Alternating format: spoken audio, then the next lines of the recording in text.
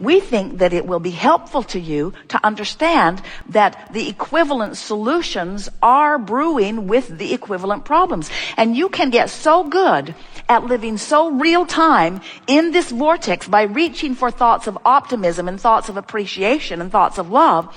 You can be so in sync with the vibration of who you really are that as a problem is coming into focus, the solution is too. And you can be so good at living real time that you don't even ever know the problem happened because the solution happened at the same time. Yesterday, and it happens almost every time, Jerry and Esther are driving anywhere. Esther is driving the monster bus. They're coming into the hotel. And as she is looking out ahead, she sees a vehicle towing a trailer with some equipment on it. And as Esther looked at it, she knew something squirrely was about to happen. She could just feel it. So she backed way off. She actually put her foot on the brake and slowed down about 15 miles an hour. The car behind her slowed too, and the one behind that slowed too, and the one behind that slowed too. Esther's bus is very big. And the man who was pulling the trailer was changing lanes with a car in his blind spot. And the car who was in his blind spot swerved way out of the way right over to where Esther would have been if she had not felt the problem and the solution simultaneously. Now that happens to you all the time. You know it does. All the time you have those sensations, and much of the time you don't actually ever get to see the problem play out so that you don't get to crow about your solution. But we want you to understand that it's happening all day, every day. Your physical body, trillions of cells, when something is ingested or introduced to your body, you breathe a bacteria or a germ, or you ingest something in food or air. The trillions of cells in your body launch these rockets of desires and find the solution before your body ever finds the problem. In other words, this is happening all day, every day. You are introduced to so many things that if the doctors could get you to go every hour on the hour and let them check, they would pronounce you terminally ill with so many different things, because your body is compensating all day, every day for what's coming to it. When you are an ornery toad, you interfere with the communication of the trillions of your cells.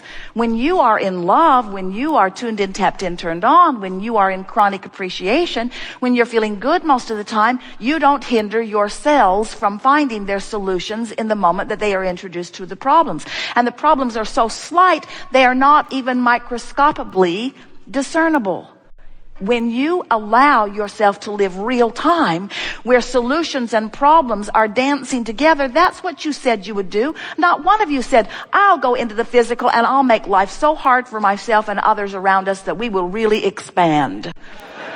None of you said that. You said, I'll go forth into this contrasting environment, and from the contrast, improvement will be born. That's what the evolution of all species is about.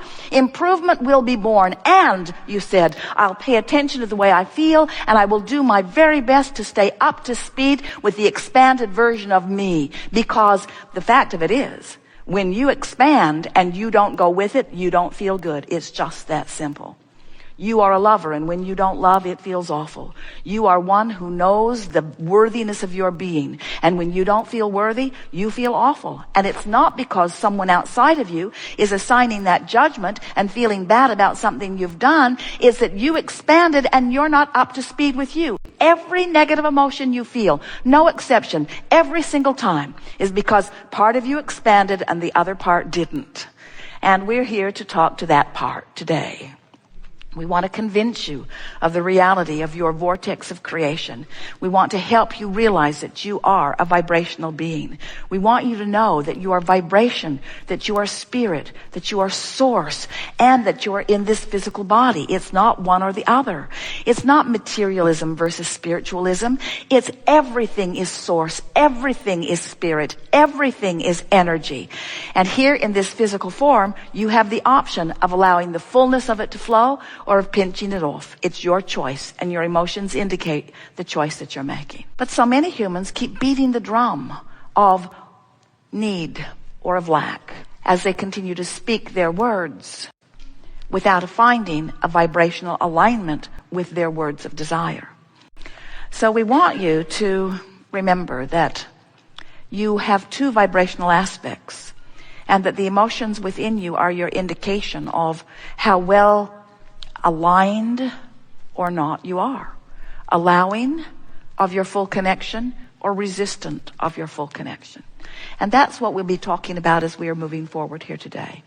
We want to help you to remember who you really are. We want you to get up to speed with who you are. We want you to leave here knowing the validity and the reality of your vortex of creation. We want you to accept that this vibrational reality is present tense. There's no separation. It's now. And what we want you to understand is that the now that is you is not the now that you think is you.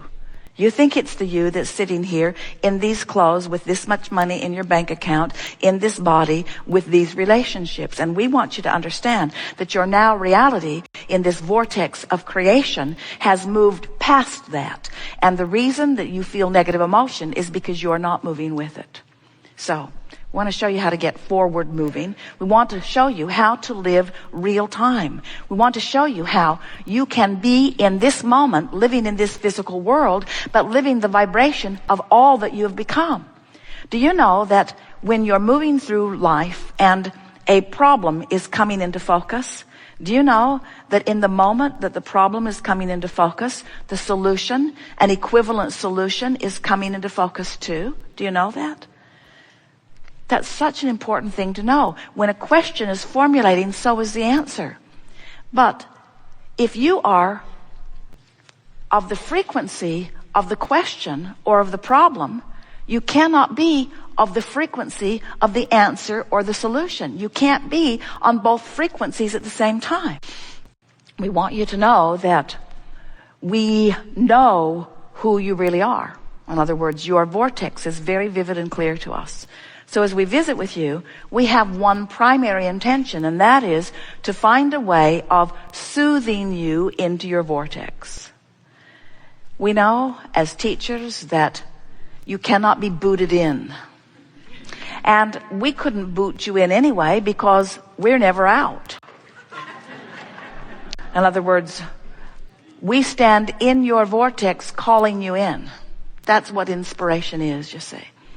And we'll give you every trick, every process, every perspective that we hold to help you to understand that you belong primarily in the vortex. That's who you are.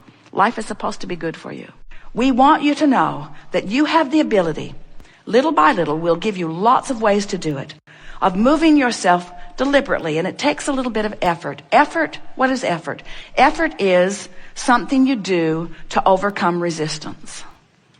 If there's no resistance, it requires no effort at all.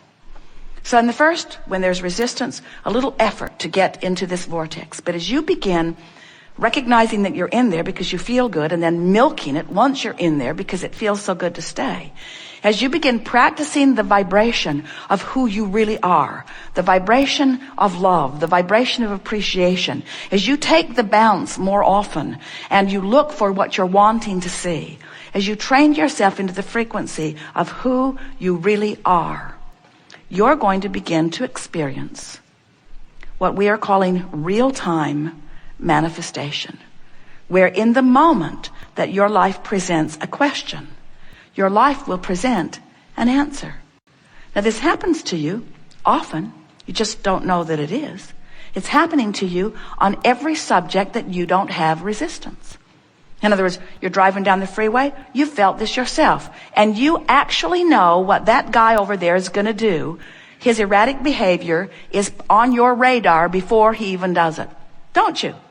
It happens to all of you all the time. You sensed it, you knew it, and you made a decision and you acted accordingly, and you avoided a potential problem because the problem and the solution occurred to you simultaneously because you were living real time, because you were not in resistance on that subject in that moment.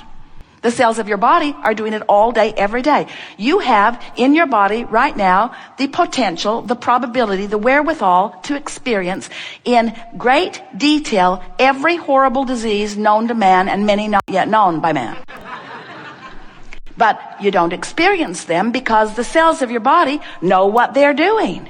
And for the most part, even though you're negative, you're worrying and fussing about this and that and the other, you have set up a reasonable amount of resistance. Don't you think it's interesting that even though you have the best medicine ever, the scientists that are really after it, a medical system that is evolved enormously, there is more disease present on your planet today than ever before. Don't you find that interesting, at least? And we want you to understand that you have the potential, you as individuals, and the collective consciousness will follow as enough of you are understanding it. You have the ability to ingest something or be exposed to something. You don't want to live in a cave. There's mold in there anyway, and bats. You can't protect yourself from what's out there. So as you're out there being exposed to it, don't you love knowing that in the moment that you are exposed and the consciousness of your cell recognizes it, which is immediate, that there is an equivalent bounce that is offered, and that in your basking and appreciating and loving, there's no resistance, and so there's no effort required for your cells to move themselves into balance? Don't you love how your planet balances itself? You freak out, there's an earthquake, and we say, good job, planet Earth, keeping itself in balance.